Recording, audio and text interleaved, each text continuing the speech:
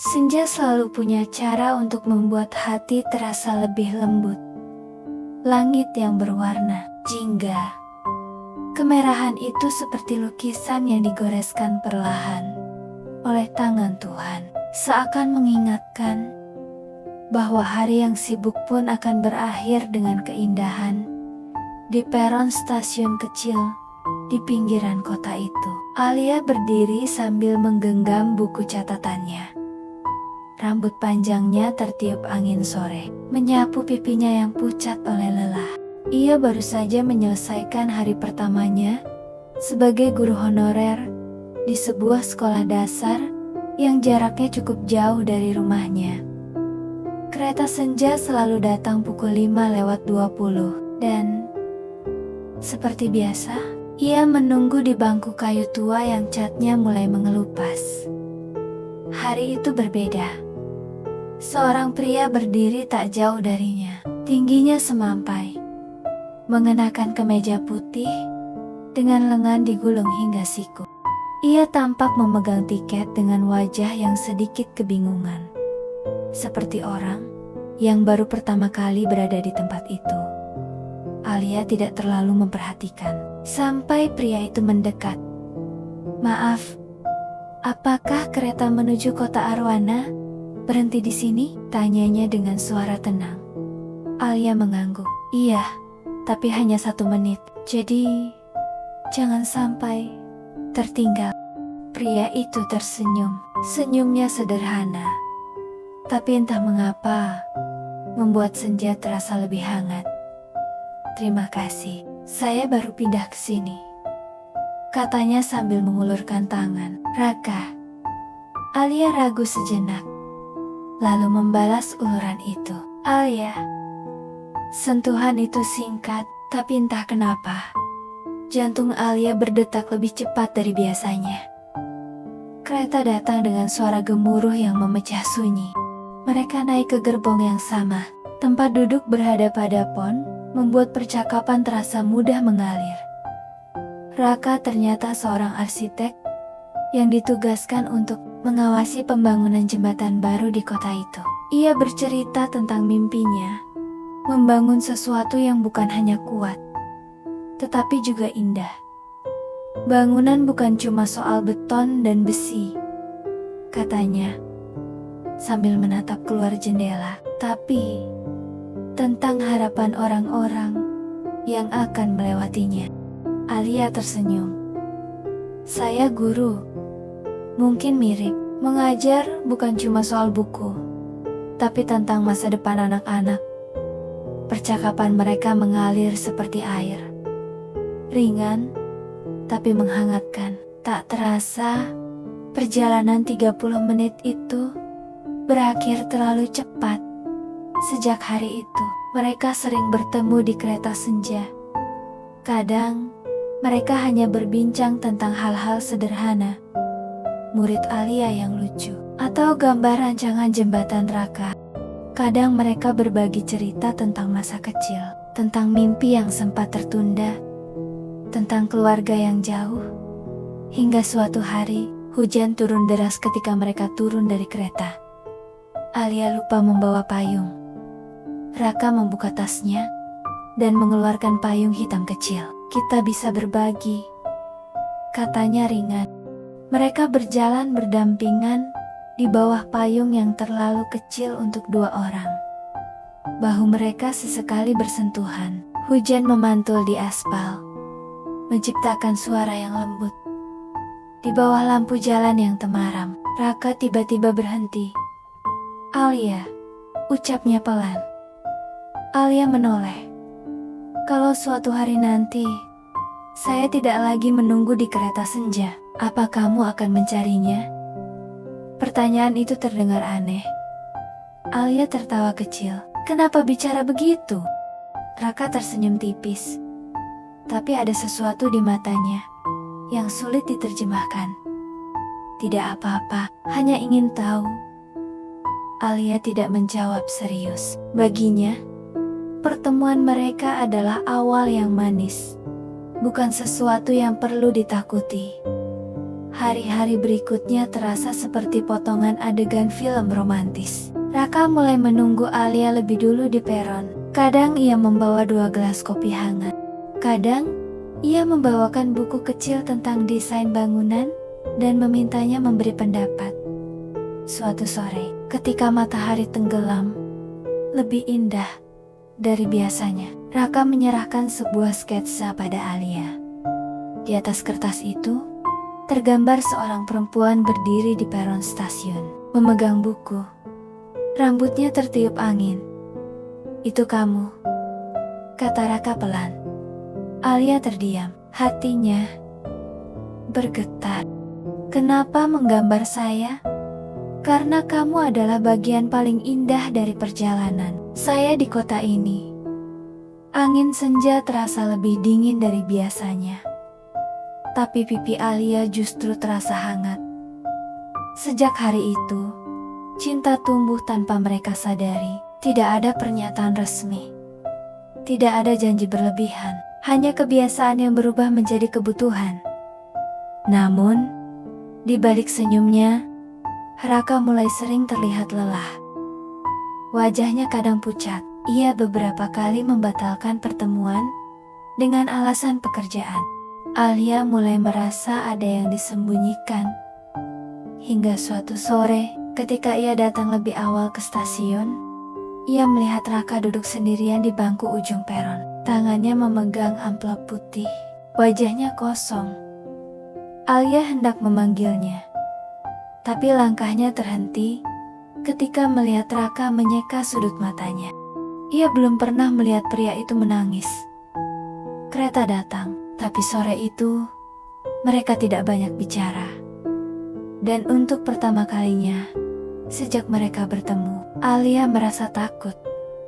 Takut jika senja yang selama ini begitu indah ternyata hanya sementara. Senja itu tidak lagi terasa sama. Alia duduk di bangku peron seperti biasa. Tapi kali ini ia datang lebih awal. Ia ingin memastikan satu hal. Apakah yang dilihatnya kemarin benar adanya, atau hanya perasaan yang terlalu berlebihan? Kereta belum datang. Angin sore berhembus pelan, membawa aroma besi rel yang hangat terkena matahari. Langit masih indah, tapi hatinya tidak. Beberapa menit kemudian, Raka muncul dari ujung peron. Wajahnya tampak lebih pucat dari biasanya. Senyumnya tetap ada, namun seperti dipaksakan. "Kamu sudah lama menunggu?" tanyanya ringan. "Tidak," jawab Alia pelan. Ia menatap Raka lebih lama dari biasanya. "Kamu terlihat lelah." Raka tertawa kecil. "Proyek jembatan semakin padat." "Biasa." Jawaban itu terdengar terlalu cepat, terlalu rapi. Kereta datang, dan mereka duduk berhadapan seperti biasa. Tapi hari itu, percakapan mereka terasa kaku. Alia bisa merasakan jarak yang tak kasat mata di antara mereka. Saat Raka menoleh ke jendela, Alia melihat tangannya gemetar halus. "Kamu sakit?" tanya Alia tiba-tiba. Raka terdiam beberapa detik, lalu menggeleng. "Hanya kurang istirahat." Alia tidak puas. Namun ia juga tidak ingin memaksa. Cinta kadang membuat seseorang takut bertanya terlalu jauh. Seolah jawaban yang jujur justru akan menghancurkan sesuatu yang indah. Beberapa hari berlalu. Raka mulai lebih sering membatalkan pertemuan. Kadang dengan pesan singkat, kadang tanpa kabar, hingga malam. Alia mencoba memahami. Ia menenangkan dirinya sendiri dengan pikiran bahwa pria itu memang sibuk. Hingga suatu siang, saat Alia sedang mengajar, teleponnya bergetar di dalam tas. Nomor tak dikenal. Ia mengabaikannya. Namun nomor itu kembali menelepon saat jam istirahat. Dengan ragu, Alia mengangkatnya. "Apakah ini Alia?" Suara perempuan terdengar lembut namun formal. "Iya, benar. Saya perawat dari Rumah Sakit Harapan Sentosa. Nomor Anda tercatat sebagai kontak darurat atas nama Raka Pratama. Dunia Alia seperti berhenti. Raka kenapa? Suaranya bergetar. Beliau pingsan di lokasi proyek pagi tadi. Saat ini sedang dalam pemeriksaan. Mungkin Anda bisa datang. Alia tidak ingat bagaimana ia sampai di rumah sakit. Kakinya terasa lemas, tapi pikirannya hanya dipenuhi satu nama, Raka. Di ruang perawatan, ia melihat pria itu terbaring dengan selang infus di tangannya. Wajahnya pucat, jauh lebih pucat dari yang pernah ia lihat. Raka membuka mata perlahan ketika Alia mendekat. "Kamu datang," katanya pelan. "Kamu pikir aku tidak akan datang?" Suara Alia bergetar antara marah dan lega. "Kenapa kamu tidak bilang kalau kamu sakit?" Raka terdiam lama, tatapannya kosong, lalu jatuh ke tangannya sendiri. "Karena aku tidak ingin kamu melihatku seperti ini." Alia menahan air mata. "Melihatmu seperti apa?" "Manusia." Raka tersenyum tipis, senyum yang terlalu rapuh.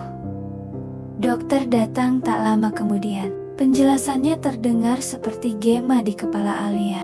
Gangguan pada jantung, kondisi yang sudah lama terdeteksi. Memburuk dalam beberapa bulan terakhir, membutuhkan operasi besar. Risiko tinggi. "Kenapa kamu tidak pernah cerita?" tanya Alia setelah dokter pergi. Raka menatap langit-langit kamar. "Aku sudah tahu. Sejak sebelum pindah ke kota ini, aku menerima proyek ini karena ingin melakukan satu hal besar sebelum semuanya terlambat." Alia menggenggam tangannya. "Terlambat untuk apa?" Raka memejamkan mata. "Dokter bilang peluangku tidak besar, bahkan dengan operasi." Kata-kata itu seperti pisau yang pelan-pelan mengiris dada Alia. "Kamu bodoh," bisiknya lirih. Air matanya jatuh tanpa bisa ditahan. "Kamu pikir aku akan pergi kalau tahu? Aku tidak ingin kamu terikat pada seseorang yang mungkin tidak punya masa depan panjang." Alia berdiri. "Kamu pikir cinta dihitung dari panjang waktu?" Raka terdiam. Untuk pertama kalinya, Alia melihat ketakutan di mata pria itu.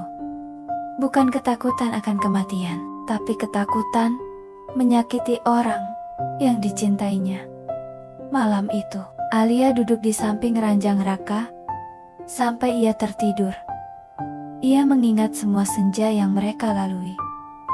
Semua tawa sederhana di kereta, semua mimpi tentang jembatan yang menghubungkan dua sisi kota.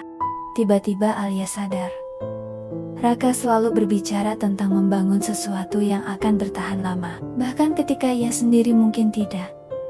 Beberapa hari setelah itu, Raka diperbolehkan pulang dengan syarat istirahat total. Operasi dijadwalkan 1 bulan lagi. 1 bulan. Waktu yang terasa terlalu singkat dan terlalu cepat sekaligus. Sejak saat itu, mereka tidak lagi hanya bertemu di kereta senja. Alia sering datang ke apartemen kecil Raka. Ia memasak, membaca buku di sampingnya, atau sekadar duduk dalam diam. Tak ada lagi rahasia. Namun justru karena itu, setiap detik terasa lebih berharga. Suatu sore, Raka mengajak Alia ke lokasi proyek jembatan yang hampir selesai. Strukturnya menjulang gagah di atas sungai yang mengalir tenang. "Kalau suatu hari nanti aku tidak ada," kata Raka pelan, "setidaknya ada sesuatu yang pernah kubangun." Alia menatapnya tajam. "Kamu akan tetap ada." Raka tersenyum, tapi matanya berkaca-kaca. "Alia, kalau operasi itu gagal, jangan tunggu aku di peron lagi." Angin berembus kencang, membuat rambut Alia menutupi wajahnya. Ia menggeleng pelan. "Kalau kamu pergi, Aku akan tetap datang ke sana, jawabnya, karena di sanalah semuanya dimulai. Dan untuk pertama kalinya, sejak mereka bertemu, mereka berpelukan tanpa kata. Di bawah bayangan jembatan yang hampir selesai, cinta mereka berdiri di antara harapan dan ketakutan. Dan waktu terus berjalan, tanpa peduli siapa yang siap atau tidak. Waktu yang diberi 1 bulan, ternyata terasa seperti 1 minggu. Hari-hari berlalu dalam keheningan yang penuh makna. Alia tetap mengajar seperti biasa, tetapi pikirannya selalu tertinggal di apartemen kecil Raka. Setiap istirahat, ia mengirim pesan. Setiap malam, ia memastikan pria itu sudah minum obat. Raka tampak lebih tenang setelah semuanya terbuka. Ia tidak lagi berpura-pura kuat, namun justru itu yang membuat Alia semakin takut. Seolah-olah ketenangan itu adalah bentuk penerimaan. Seminggu sebelum operasi, Raka mengajak Alia ke peron stasiun tempat mereka pertama kali bertemu. "Kenapa ke sini?" tanya Alia pelan. "Aku ingin mengingat semuanya dengan jelas," jawab Raka. Senja turun perlahan, menyelimuti rel kereta dengan warna emas yang lembut. Bangku kayu tua itu masih di tempatnya, catnya semakin mengelupas. Mereka duduk berdampingan. "Ingat hari pertama kamu mengingatkanku? Kalau kereta hanya berhenti 1 menit," Raka tersenyum tipis. Alia mengangguk. "Dan kamu terlihat seperti orang yang tersesat." "Aku memang tersesat," jawabnya pelan. "Sampai akhirnya duduk di depanku seorang perempuan yang membuatku ingin menetap." Alia menunduk, menahan air mata yang mulai menggenang. Kereta melintas tanpa mereka naiki. Untuk pertama kalinya, mereka tidak peduli pada tujuan manapun. "Alia," suara Raka terdengar lebih dalam dari biasanya. "Kalau nanti aku bangun setelah operasi dan semuanya baik-baik saja, aku ingin kamu tinggal bersamaku." Jantung Alia berdegup kencang. "Dan kalau..." Raka berhenti sejenak. "Kalau tidak..." Alia menggenggam tangannya erat. "Jangan buat 2 kemungkinan, buat 1 saja." Raka tersenyum, tapi senyum itu menyimpan luka. Hari operasi akhirnya tiba. Rumah sakit terasa terlalu putih, terlalu sunyi. Bau antiseptik menusuk hidung, membuat semuanya terasa nyata. Raka berbaring di ranjang dorong sebelum dibawa ke ruang operasi. Wajahnya pucat, tapi matanya tetap hangat saat menatap Alia. "Kamu tidak menangis kan?" godanya pelan. Alia mencoba tersenyum. "Tidak, tidak." Padahal tangannya dingin dan gemetar. Raka meraih tangan Alia dan menyelipkan sesuatu ke dalam genggamannya. "Buka nanti." Pintu ruang operasi tertutup perlahan, dan dunia Alia seperti ikut tertutup bersamanya. Jam demi jam berjalan lambat. Detik terdengar seperti palu yang menghantam dinding dadanya. Ia duduk sendiri di ruang tunggu, memegang benda kecil yang tadi diberikan Raka. Sebuah cincin perak sederhana dengan ukiran kecil berbentuk jembatan di bagian dalamnya. Tangisnya pecah untuk pertama kali. 4 jam, 5 jam, 6 jam. Seorang dokter akhirnya keluar, wajahnya serius. Alia berdiri dengan kaki lemas. "Operasinya berjalan sesuai prosedur," kata dokter itu pelan. "Namun kondisi jantungnya sangat lemah. Kami masih memantau di ruang intensif. 24 jam ke depan sangat krusial." Alia mengangguk, meski kepalanya terasa kosong. Ia diizinkan melihat Raka dari balik kaca ruang ICU. Tubuh pria itu dipenuhi kabel dan alat bantu. Mesin berdetak teratur, menggantikan irama yang seharusnya datang alami dari dadanya. "Bangunlah," bisik Alia pelan dari balik kaca. Kita belum sempat melewati jembatanmu bersama. Malam turun, rumah sakit semakin sepi. Alia tidak pulang. Ia duduk bersandar di kursi ruang tunggu, memejamkan mata tanpa benar-benar tidur. Dalam kepalanya, terulang semua kenangan.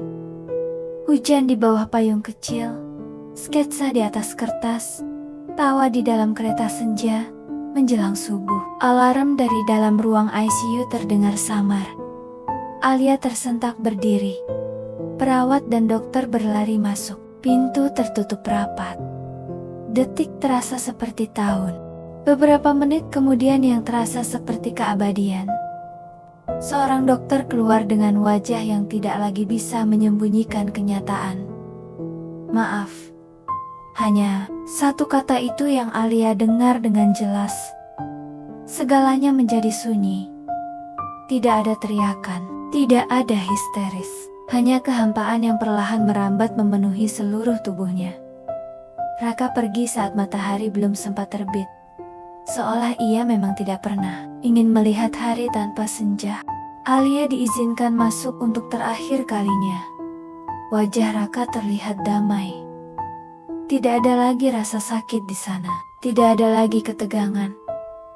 Alia menggenggam tangannya yang kini dingin.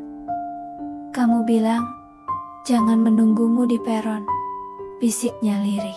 Tapi kamu tidak pernah bilang, bagaimana caranya berhenti mencintaimu.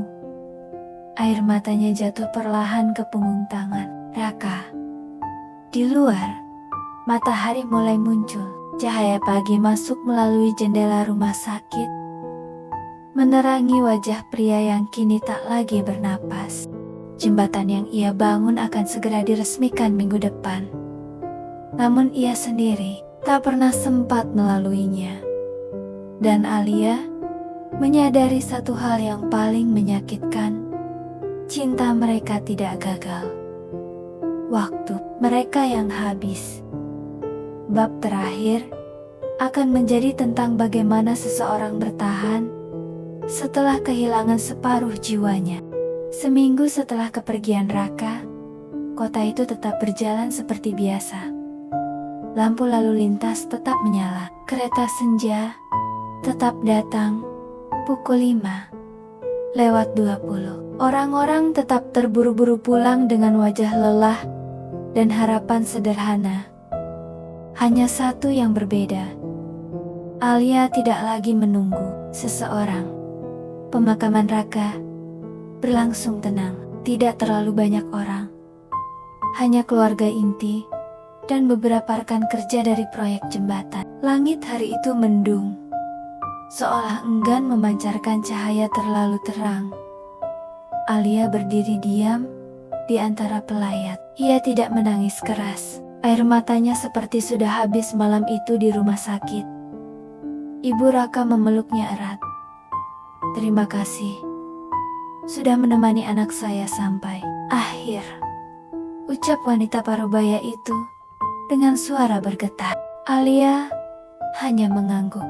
Ia ingin berkata bahwa justru dialah yang berterima kasih karena telah diberi kesempatan mencintai Raka. Meski sebentar, beberapa hari kemudian, jembatan yang dirancang Raka diresmikan. Namanya dipasang pada sebuah plakat kecil di sisi pintu masuk Jembatan Pratama. Alia berdiri di tepi sungai saat acara peresmian berlangsung. Tepuk tangan terdengar ketika pita dipotong. Wajah para pejabat penuh senyum bangga. Tak seorang pun di sana benar-benar tahu berapa banyak harapan yang ditanamkan Raka dalam setiap baut dan rangka baja itu. Angin sore berembus lembut saat Alia melangkah menaiki jembatan tersebut. Langkahnya pelan. Setiap pijakan terasa seperti memijak kenangan. Ia teringat ucapan Raka. Bangunan bukan cuma soal beton dan besi, tapi tentang harapan orang-orang yang akan melewatinya. Kini ia mengerti, jembatan itu bukan hanya penghubung dua sisi kota. Itu adalah bukti bahwa seseorang pernah hidup dengan mimpi yang tulus. Di tengah jembatan, Alia berhenti. Sungai di bawahnya mengalir tenang, membawa bayangan langit senja yang mulai berubah warna. Ia menggenggam cincin perak dengan ukiran jembatan kecil di bagian dalamnya. Cincin yang belum sempat terpasang di jarinya secara resmi. "Aku sudah melewatinya," bisiknya pelan. "Seperti yang kamu mau." Air mata jatuh lagi. Tapi kali ini bukan hanya tentang kehilangan, ada kebanggaan di dalamnya. Hari-hari setelah itu tidak mudah. Alia kembali mengajar. Ia kembali berdiri di depan kelas dengan senyum yang berusaha utuh. Anak-anak tetap berlarian, tertawa, dan bertanya hal-hal sederhana tentang dunia. Kadang, di tengah menjelaskan pelajaran, pikirannya melayang pada Raka. Ia membayangkan pria itu berdiri di belakang kelas, bersandar di dinding, memperhatikannya dengan senyum hangat. Setiap sore, tanpa sadar, langkah Alia masih sering membawanya ke peron stasiun. Bangku kayu tua itu masih ada. Kereta senja tetap berhenti 1 menit. Bedanya, kini ia datang sendirian. Awalnya, ia merasa bodoh. Untuk apa datang ke tempat yang hanya mengingatkan pada luka? Namun, lama-kelamaan, ia menyadari sesuatu. Ia tidak datang untuk menunggu Raka. Ia datang untuk mengenang versi dirinya yang pernah begitu bahagia. Suatu sore, hujan turun. Seperti hari pertama mereka berbagi payung. Alia berdiri di bawah atap peron, menatap rel yang memantulkan cahaya lampu. Di dalam tasnya, ia selalu menyimpan payung kecil hitam itu. Payung milik Raka, yang kini menjadi satu-satunya benda dengan jejak sentuhan terakhirnya. Ia membukanya pelan, meski tak ada siapapun di sampingnya. Untuk sesaat, ia membayangkan bahu mereka bersentuhan lagi. Kalau suatu hari nanti, saya tidak lagi menunggu di kereta senja, apa kamu akan mencarinya? Kini ia tahu jawabannya. Ia tidak perlu mencari. Karena sebagian, Raka tidak pernah benar-benar pergi. Ia hidup di setiap senja, di setiap jembatan yang dilewati orang-orang, di setiap mimpi yang diperjuangkan dengan tulus. Beberapa bulan berlalu. Luka itu tidak hilang, tapi tidak lagi terasa menghancurkan. Ia berubah menjadi ruang kosong yang tenang, ruang yang akan selalu ditempati oleh satu nama. Suatu hari, salah satu muridnya bertanya, "Bu Alia, kenapa ibu suka sekali melihat senja?" Alia tersenyum lembut. "Karena senja mengajarkan kita sesuatu," jawabnya. "Apa itu, Bu?" "Bahwa sesuatu yang indah tidak harus berlangsung lama untuk berarti." Anak itu mengangguk, meski mungkin belum sepenuhnya mengerti. Sore itu, sepulang mengajar, Alia tidak langsung ke stasiun. Ia berjalan menuju jembatan. Langit kembali berwarna jingga keemasan, sama seperti hari pertama mereka bertemu. Ia berdiri di tengah jembatan, membiarkan angin menyapu rambutnya. Kota di kedua sisi tampak hidup, kendaraan melintas, orang-orang berjalan, kehidupan terus bergerak maju. Alia menutup mata sejenak. "Terima kasih sudah datang dalam hidupku," bisiknya pelan. Angin berembus lebih kencang, seolah menjawab. Ia tidak lagi menangis, karena ia akhirnya mengerti satu hal yang paling sulit diterima. Cinta tidak selalu tentang memiliki hingga tua. Kadang, cinta hanya tentang hadir pada waktu yang tepat, meski tidak lama. Kereta senja masih akan terus datang. Jembatan itu akan terus dilewati. Dan setiap kali langit berubah warna menjadi jingga, Alia tahu, di antara cahaya yang perlahan redup itu, ada kenangan yang tak akan pernah padam. Senja tetap datang, meski orang yang pernah membuatnya indah telah lebih dulu pergi.